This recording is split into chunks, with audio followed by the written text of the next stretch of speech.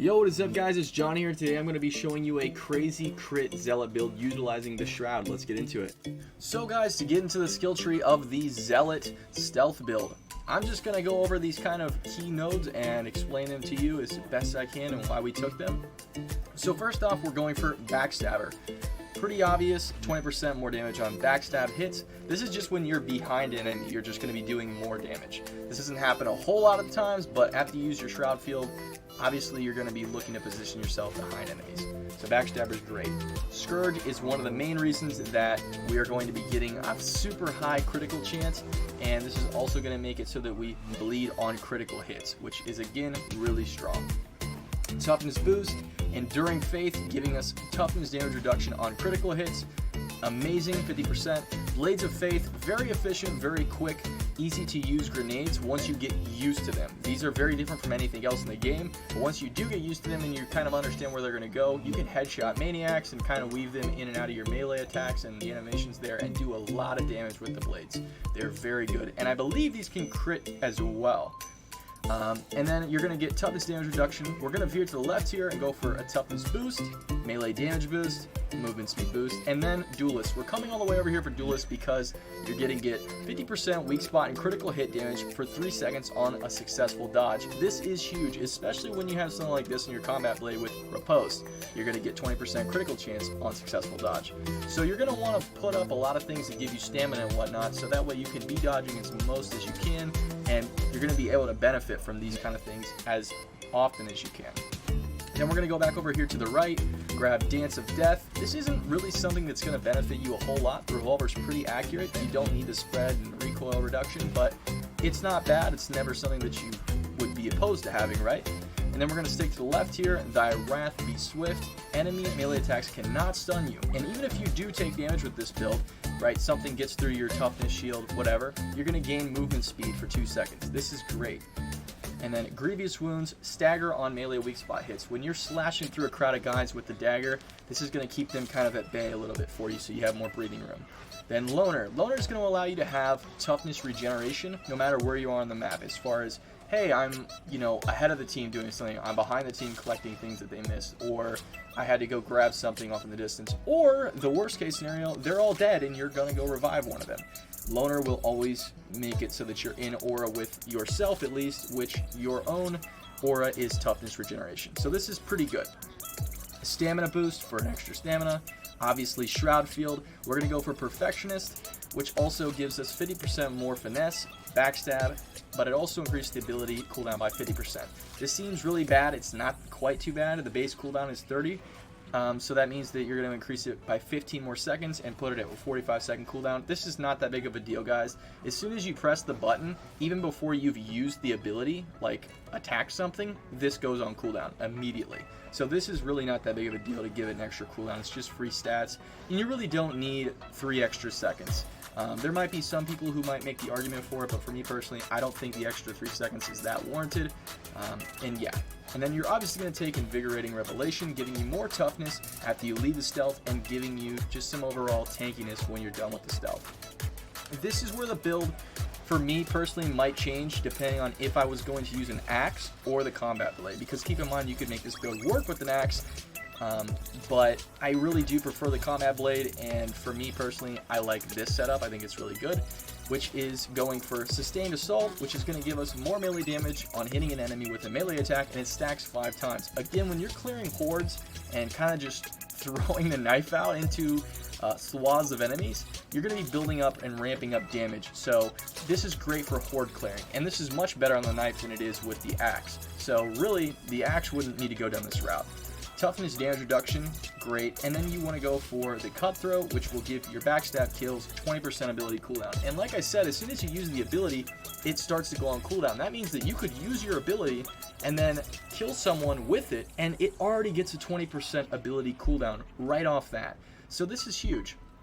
Then we're going to go to the left here for toughness damage reduction, suppression dealt, which again doesn't really matter too much, but we're trying to get down to somewhere where we need to be. Punishment, melee attacks that hit at least 3 enemies grant 30% impact strength for 5 seconds, stacks 5 times. At max stacks, you gain uninterruptible. This isn't bad, there's nothing wrong with it. It's not exactly what we're going for in the build, but obviously we need to take it to get to where we want to be, right? Movement speed, and then this is also going to give us melee critical hits, reduce combat ability cooldown by 1.5 seconds. So as you can see already, increasing the ability cooldown by 50% really is irrelevant with all the modifiers that we are getting. Blazing Pity, 15% critical hit chance for 8 seconds when in Fury. Fury is triggered when 25 enemies have died within 25 meters. This is so easy to come online. Like literally, you could probably get this online within 60 seconds of being in combat at the start of a level and have it going on throughout the level for literally the entire level. This would be active. This is like just a free 15% crit chance. Fury Rising, critical hits also count up towards triggering Fury. We have to take this because we're staying on the right. This just makes us stack our pity a little bit quicker. And then Righteous Warrior, you gain an extra 10% crit hit chance from pity. So this turns into a 25% crit hit chance. This is huge.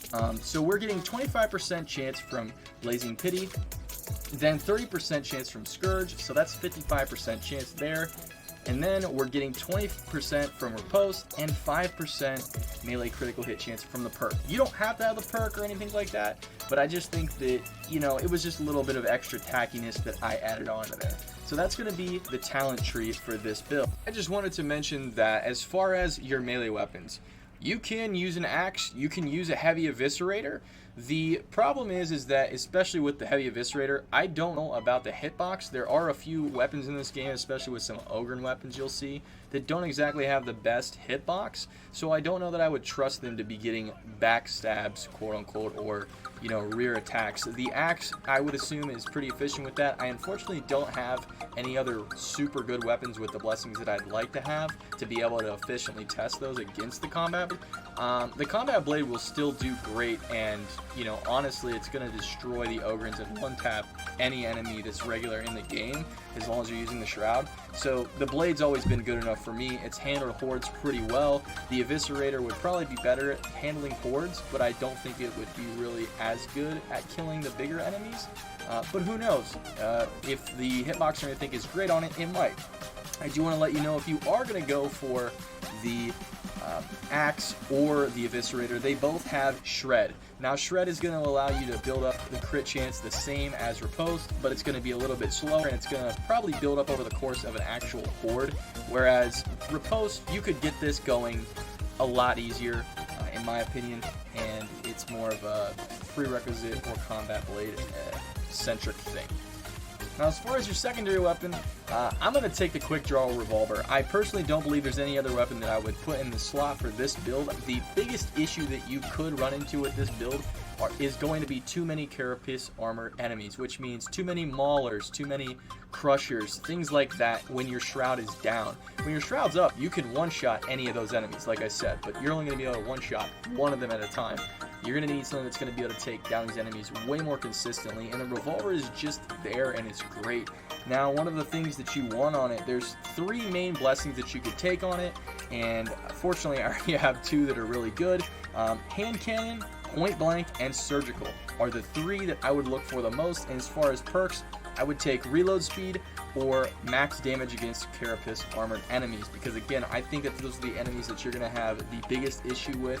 All the other enemies you can take care of pretty easily with your blade and your throwing knives pretty efficiently. The reason why I didn't want to go with the shotgun is because 1, it's limiting you on range even more than you already are, and 2, the shotgun is not really that great against the carapace armored enemies. It's not going to allow you to do things that you know, it's not covering a bad flaw of the build. The revolver covers a flaw, quote unquote, that this build may have, which is taking down the big guys, quote unquote. So I prefer the revolver over any other secondary weapon that is on offer for the Zealot. Somebody might be out there and experiment with some other things, like maybe a bolt gun, but in my opinion, the bolt gun is just a little too slow. It's going to need a buff or something to be able to compete with the revolver on this build specifically. The revolver just has such a quick draw, and yeah, it allows you to deal with armored carapace enemies the easiest, so that's why I take that. Oh, and again, before I forget to mention, you don't need the 5% melee crit hit chance for the combat blade. That's just something I put on there originally, and then I realized, like, wow, this might be a little bit of overkill. But you could also go for flak damage, weak spot damage, or elite damage, or again, crit damage. Flak damage is great against those just kind of grunt enemies who have the armor on their head, so they usually take a couple more hits to get to, or even just the regular guys that have armor all over except for their head, and maybe you hit them by accident and not in the correct spot. So yeah, flak damage isn't terrible. It's also good against the gunners. So yeah, flak damage, not too bad. Crit damage, again, wouldn't be that bad either. Elite damage wouldn't be too awful as well. But you have to keep in mind that when it comes to the really big enemies and you're using your Shroud, you're already going to one-hit all of them when it comes to that. There's not an enemy in this game besides bosses that are going to survive the Shroud. And then lastly, what we're going to go over is the Curios. Now, Curios are interesting at this point in the game. There's no way to really like specifically earn or search for Curios. You kind of got to get lucky with Sire Milk or the Armory, or maybe like an end game reward, but even then it's difficult. For the max amount of stamina that you can get as far as a blessing, it's +3. Now, this is the only thing that I would want to go for on this build. Like the kind of must-have on a Curios blessing is the +3 stamina, or if you just have +2 laying around, whatever you have for stamina, use it and just continue your search for the +3.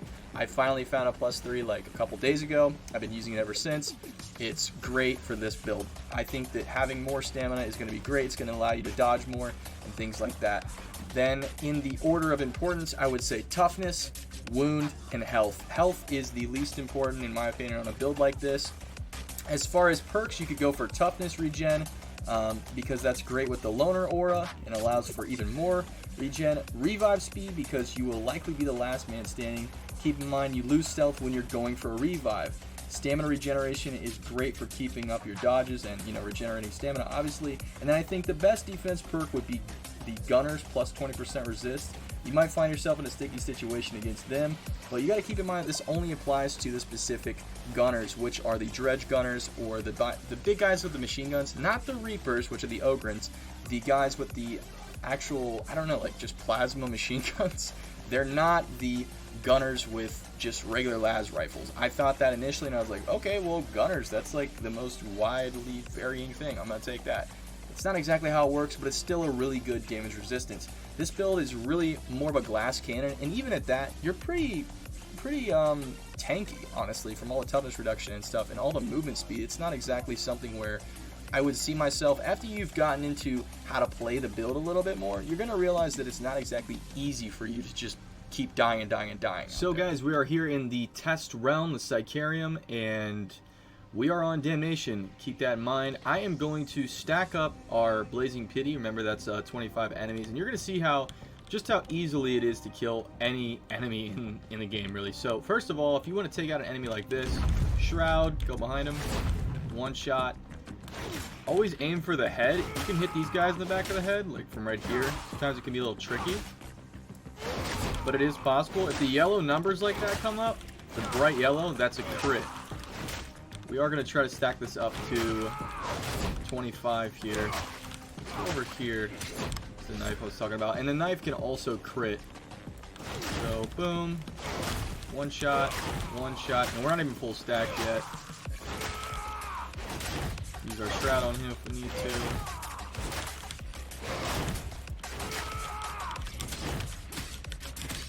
Let's see if we get a crit here.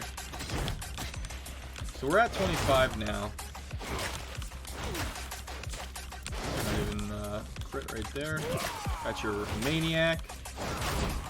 Crit there. Crit there. This still does good damage. That crit there for 1800. to the flak armored guys, but only if you hit him in the head. One shot the Rager with the throwing knife. See if you hit him here. Oh, it shouldn't kill him, but a crit. See if we can get a non-crit. See, does far less damage there. These can also, they have some penetration, it seems like. See, so you can hit through certain enemies, but it's not through every type, it would seem. See there, nothing. It's almost like it doesn't go through armor, but it will go through unarmored guys. So I don't have any more knives left. I'm an idiot. Stop moving, dude. There you go. Again, this is one of the times where you would do this. You would just take out your revolver and take out the carapace enemy. So let's kill a guy, get our stack from that. 3-shot him, and only one of those was a crit. It's definitely not out of the ordinary to get multiple crits, as that was multiple crits. That was 3 crits in a row right there. So definitely possible, and like I said, one tap these guys in the back. Basic attacks work pretty well, but I find that, again, when I was talking about hitboxes, it's way easier to center the hitboxes. See? Aiming at his head, but it's slicing kind of in the chest. So usually I would just use heavy attack when you're going for these big kills. Yeah, the premise really of the build is super simple. You just want to get behind enemies with your Shroud up. If they're big Ogrins, the unarmored ones, you know, you just crit there. But if you're getting good crits... Oh, I forgot to reload because I'm stupid. If you're getting good crits, the unarmored Ogrins really aren't going to even give you an issue. But this guy might be an issue for you. If he is, whip out the revolver.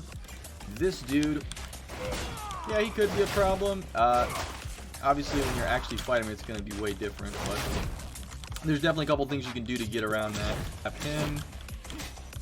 We already one-tapped most of these guys with crits, and we're just critting over and over again. I just got crits all on every one of those guys. Crits there. Those weren't crits. Those were crits. Let's see if we get more. That was also crits. So, again, like, we're just critting like insane. So, this build can do some very heavy damage if you're playing it right. And again, that right there is why I would consider putting flak on this. Sometimes if you don't crit, you won't get a one-tap on these guys without your Shroud. Same with these guys. See, flak armored pops up there? He's unarmored. Generally what I like to do with them, what I like to do with any 3 of them, is go behind and just take care of business from behind.